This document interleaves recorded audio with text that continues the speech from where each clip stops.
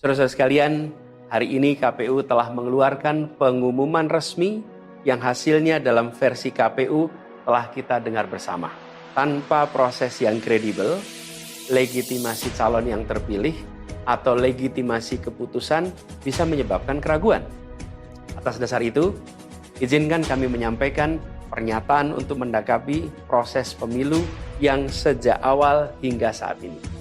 Saudara-saudara sekalian, sepanjang perjalanan Pilpres kali ini, sejak awal kita semua telah melihat dan menemukan begitu banyak ketidaknormalan, kekurangan dan pembiaran terhadap proses yang tidak wajar, yang tidak pernah terjadi sebelumnya dalam sejarah bangsa ini.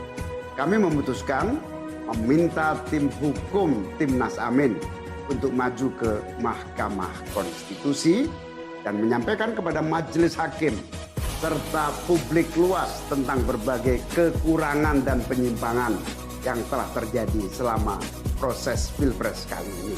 Dalam prinsip negara demokrasi modern, ketika melihat ketidaknormalan, ketika melihat penyimpangan demokrasi, maka langkah yang dilakukan bukanlah marah-marah lalu melakukan agitasi kepada publik, tapi langkah yang dilakukan adalah mengumpulkan semua sinyalemen, semua bukti-bukti untuk kemudian nanti dibawa ke depan hakim, ke depan Mahkamah Konstitusi. Ini ciri pribadi, ciri organisasi, dan ciri negara yang modern, yang matang, yang beradab. Dan ini kita kerjakan dengan keseriusan. Kita tidak ingin proses demokrasi yang terjadi membuat kita mundur mendekati masa pra-reformasi. Walaupun itu semua kita lakukan, akan ada saja yang berusaha merendahkan usaha konstitusional ini.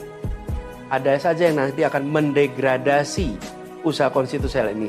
Seakan ini adalah sikap penyangkalan dan tidak mau menerima kekalahan. Izinkan kami tegaskan di sini.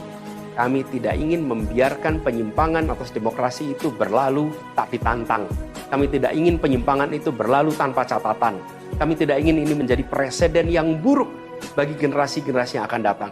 Biarlah cukup berhenti sampai di sini. Jangan ada pembiaran. Bila penyimpangan, pelanggaran dibiarkan, dia menjadi kebiasaan. Bila kebiasaan dibiarkan, dia menjadi budaya. Kita tidak ingin budaya demokrasi kita penuh dengan ketidaknormalan.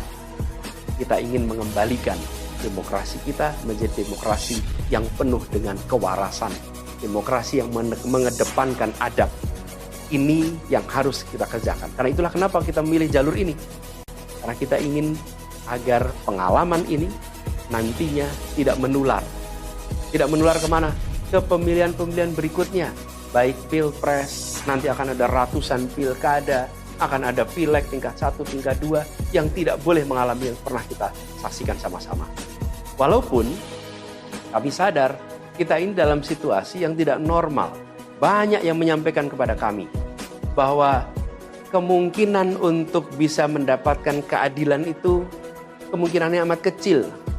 Berbagai pihak mengatakan ini lembaga-lembaga negara yang terkait penyelenggaraan pemilu, terkait penyelenggaraan sengketa telah terkooptasi oleh oknum-oknum yang sudah terbukti melanggar etik. Bahkan ada yang ketuanya sudah melanggar kode etik berkali-kali, sudah diberikan sanksi berkali-kali, tapi tetap saja dibiarkan menjalankan perannya. Padahal perannya memiliki dampak pada kehidupan seluruh bangsa Indonesia dan perjalanan ke depan negara kita. Meskipun kita dengar itu semua, meskipun kita saksikan ketidaknormalan itu, tapi kami tetap memilih berada pada jalan dan jalur konstitusi. Kami berharap pertolongan Allah SWT, pertolongan Tuhan yang Maha Kuasa. Semoga Allah bukakan, Allah teguhkan hati para hakim konstitusi itu.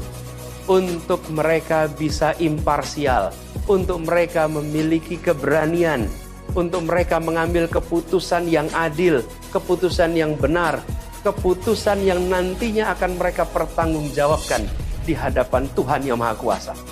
Keputusan yang akan mereka pertanggungjawabkan di hadapan sejarah perjalanan bangsa Indonesia, yang akan dipertanggungjawabkan di depan anak cucu mereka di kemudian hari.